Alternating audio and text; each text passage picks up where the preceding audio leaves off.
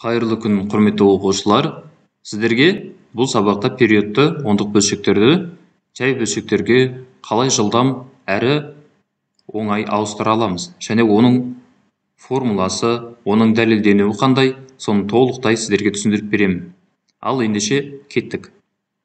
Период ондық бөлшек. Ол өзі аты айтып тұрғандай, ондық бөлшек және қайталану. Біз мынандай сандар алайық. Сол жағына 0,100-64 және 2,781 деген бір ондық бөлшектерді ала салайық, иә? Сол сияқты мына оң жағына соны қайталап жазайық. Бірақ өтірден кейінгі санды тағы да қайталандырып жазайық. Яғни 0,100-64, бірақ 64 бізде шектеусіз қайталанып жатыр. Енді 2,781 деген санда біз 81 деген санды қайталандырып жазайық. Енді қарасаңыздар, мынау жерде 64 қайталанып тұр. 64. Бұның жазылу грамматикасы ендеше 0,100-64 жақшаға алынып жазылады екен. Бұл жерде қарасаңыздар, 7 ол жалғыз тұр, 81 қайталанып тұр, 81 қайталанып тұр, 81 қайталанып тұр, иә? Онда жаңағы 2 мен 7-нің өзін жазамыз, және 81 жақшаға алынып жазылады. Енді бұл жерден не шығады? Бұл жерден оқушылар, қарасаңыздар, 0 жақшаның ішінде 64, иә? Бұл жерде 64 жеке дара өзі тұр, үтірден кейін жақшада. Алдында немесе артында ешқандай сан жоқ. Онда ол бізде таза период деп аталады екен. Таза период. Ал мынау астындағы тұрған санға қарайтын болсақ, 2,781, бұл жерде 81-дің алдында 7 тұр. Байқасаңыздар. Мынау үтірдің сол жағындағы санға қарамайсыздар, тек үтірдің оң жағындағы санға қарайсыздар. Жақшаның ішіндегі сан ол қайталанып тұрған сандар, және оның алдында цифрлар болатын болса, болды. Онда бұл аралас период болады екен. Аралас период. Енді біз жазылуын толықтай түсіндік. Жазылуын толықтай түсінген болсақ, бұны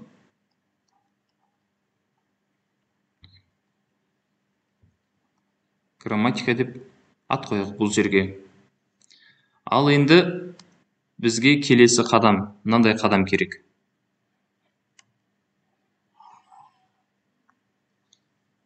Бізге мынандай қадам керек.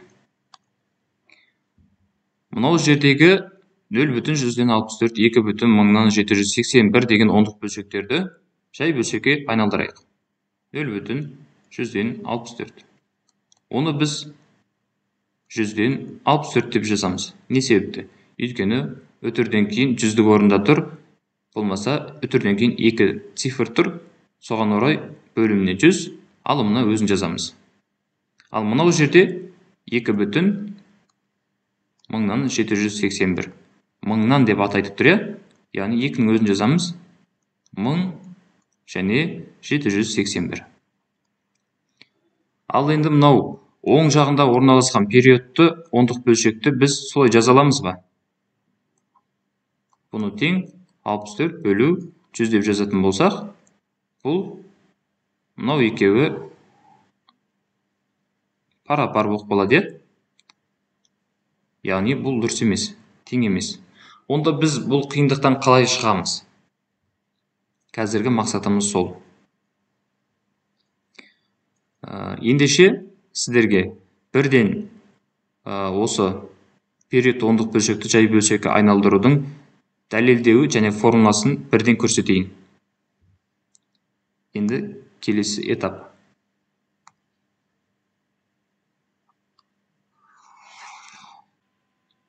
Бұл бөлімде біз формулаға және дәлелдеуіне тоқталайық. формула және дәлелдеуі. Жазып қояйық, формула және дәлелдеуі. Бізде бар болған екі-ақ формула бар. Таза периодты ондық бөлшекке арналған және аралас периодты ондық бөлшекке арналған. Мысалға, таза периодты ондық бөлшек 0,64, иә? 0,64 бізде таза периодты ондық бөлшек. Бұны жай бөлшекке айналдыр десе, мен 99-дан 64 деп жаза салам. Ешқандай ойланбастан. Оның формуласы бізде мынандай болады екен. Әртүрлі түспен жазайын, сіздерге түсінікті болсын. А бүтін, жақшаның ішінде қызылмен Б деп жаза салайын. Ендеше бұның формуласы жаңағы А деген үтірдің сол жағындағы санның өзін жазамыз, және үтірдің орнына бөлшек сызығын сызамыз. Енді үтірдің оң жағындағы санмен жұмыс істейміз. Бұның орнына 9-ды жазамын. Себебі бұл жерде бір орынды сан. Егер екі орынды сан болатын болса, бұның орнында, онда 99 жазамын. 3 орынды сан болса, 999. Бізде мысалға 0,64 деген периодты ондық бөлшекте 64 екі орынды, сол себепті 99 жаздым. Ал енді алымына біз бұның өзін жаза саламыз. Мысалға, үтірдің оң жағында 64-ін өзі тұр, 64 алымында тұр. Түсінікті деп ойлаймын. Ендеше бұл бізде бірінші формула екен. Таза периодқа арналған. Яғни, қысқаша түсініктеме беріп кетейін. Мына жерде қарасаңыздар, үтірдің оң жағында 64 тұр, период. Мына жерде 64 қып жаздым. Яғни алымны жаза салдым. Ал енді 64-тің орнына 99 жаздым, өйткені ол екі орынды болғандықтан. Бір орынды болса, мысалға, 6-ның өзі болса 9-ды жазар едім. Бұл түсінікті деп ойлаймын. Ал ендеше кеттік. Екінші формула бізде аралас период ондық бөлшекке арналған. Ол үшін біз жаңағы 2,781 деген аралас период ондық бөлшегімізді пайдаланайық. Оны жай бөлшекке айналдыр десе, мен тағы да ойланбаймын. Былай жазамын. 81-дің орнына 2,9 жазамын, 7-ның орнына 0 жазамын, 781-дің өзін жазамын және азайтамын 7-ні. Сол кезде менде 2,990-нан 781 7-ні азайтсақ 774 болады, Яғни менде 2,990-нан 774 деген аралас бөлшек шығып тұр. Мінекей, енді бұның формуласы бізде мынандай. Жаңағы А бүтін дегенді жазайық. А бүтін. Бұны сол қызылмен жаза берейік. Қызыл. Және жақшаның ішінде бұл жолы С деген сан болсын. Бұл жерде С-ны басқа түспен алайық. Көрінбей қалды. С-ны қандай түспен алайық. Енді тең. Бұны біз жай бөлшекке айналдыратын болсақ, жаңағы А деген үтірдің сол жағындағы санның өзін жазамыз, және үтірдің орнына бөлшек сызығын сызамыз. Бұның орнына қазір 9 жазбаймыз. Біз С-ның орнына 9 жазамыз. Яғни, жақшаның ішінде алынып тұрған санның орнына 9 жазамыз. 9 және бұның орнына біз қазір 0-ді жазамыз. Не себепті? Өйткені мынау жерде жақшаның ішіндегі сан бізде периодты сан. Оның орнына біз 9-ды жазамыз. Бір орында болса 1,9, екі орында болса 2,9 жазамыз. Ал оның жаңағы периодтың алдындағы тұрған санға байланысты біз 0 жазамыз. Егер периодтың алдында бір сан болатын болса, яғни бір орынды сан, онда 1,0, екі орынды сан болса 2,0 жазамыз. 3 орынды сан болса 3,0 деген сияқты, солай жалғаса береді. Ал алымына біз жазады екенбіз. Жаңағы Б және С деген санның өзін жазамыз. Және азайтады екенбіз. Біз b-ны азайтады екенбіз, яғни периодтың алдында тұрған санды азайтамыз. Бұл бізде екінші формула. Бар болғаны осы екі формула. Қазір осы екі формуланың дәлелдеуін толықтай көрсетіп беретін боламын. Алдымен мына жерде қысқаша түсініктеме берейік тағы да. Мұнда 781 деген сан бар, я? Оны біз мұнда жаздық, 781. 81-дің орнына мінекей жаңағы 99 жаздық. Ал 7-ның орнына біз 0 жаздық. Ал азайту 7-міз мынау жерден келген 7. Түсінікті болды деп ойлаймын. Ал ендеше дәлелденуіне тоқталайық.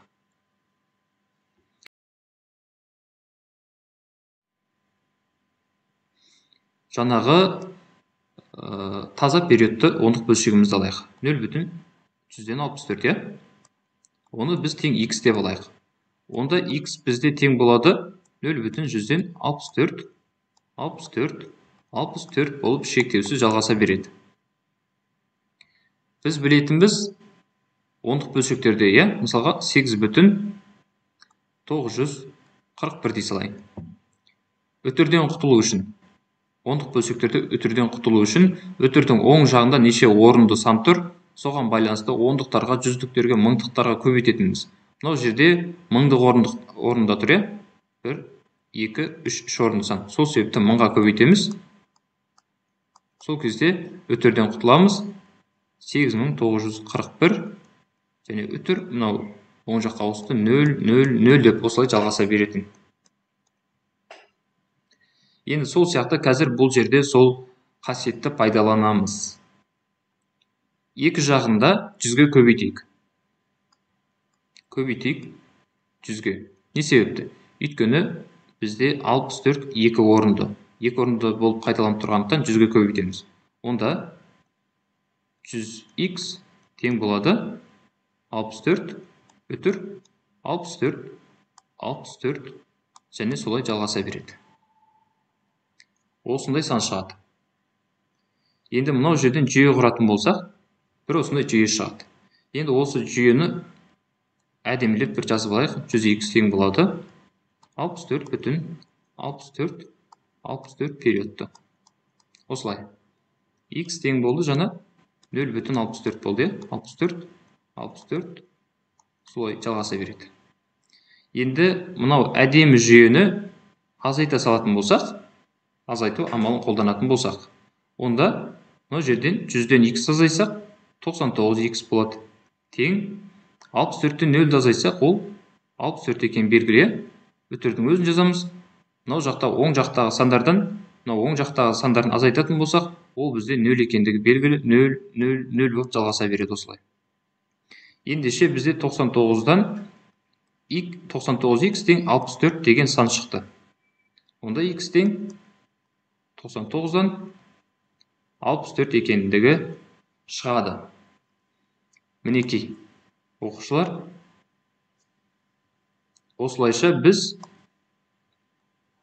формуланың негізін таптық. Яғни жаңағы мынау 99 мысалға қайдан шығады десеңіздер, жаңағы периодқа байланысты осылай шығады екен. Ендеше біз таза периодты ондық бөлшектің дәлелдеуін көрсеттік. Аралас периодты ондық бөлшекке ауысайық. Ол кішкене күрделі, бірақ қиын емес. Осы таза периодқа байланысты болады.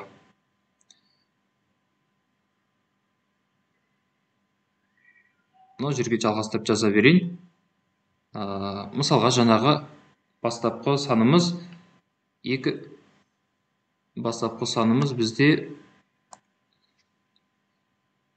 2,781 период. Осындай бізде аралас период болды. Аралас периодты ондық бөлшек. Оны біз тағы да x деп алайық. x деп алатын болсақ, мынау жерде қарасаңыздар, жақшаның алдында бір орынды сан тұр. Ондық. Онда біз екі жағында көбейтейік 10-ға. Екі жағында 10-ға көбейтетін болсақ, мынау жерде 10x тең болады 27 бүтін 81 период. Осылай жасалады. Ал енді біз білеміз, өтірдің оң жағында тек период қана тұратын болса, яғни таза период болатын болса, осы жүйемен біз шығара аламыз. Яғни мынау жақтағы жүйені қолдану арқылы шығара аламыз. Ендеше бұл тәсілге салмай-ақ, сол тәсілдің формуласын пайдаланайық. Ендеше 27 бүтін 181 период бізде формула бойынша қалай еді? 27-нің өзін жазамыз, және 81-нің орнына 99 жазамыз, өйткені период 2 орынды сан. Және 81-дің өзін жаза саламыз. Енді біз бұны бұрыс бөлшекке келтірейік. Бұрыс бөлшекке келтіретін болсақ, тең болады 99, 27-ні 99-ға көбейтетін болсақ, және 81-ге қосатын болсақ, бізде 2673 қосу 81 тең болады бізде 99-дан 2754 деген сан шығады екен. Мінекей, біз жаңа таза периодты жай бөлшекке айналдырып алдық. Ендеше мынау жерге алып келіп жазайық. Мынаны біз мынау жерге ауыстыра аламыз.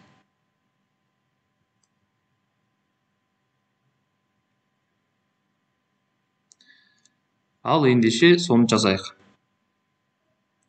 10x тең болады 99-дан 2754. X тең болады 10-дан құтылу үшін оң жаққа бөлеміз.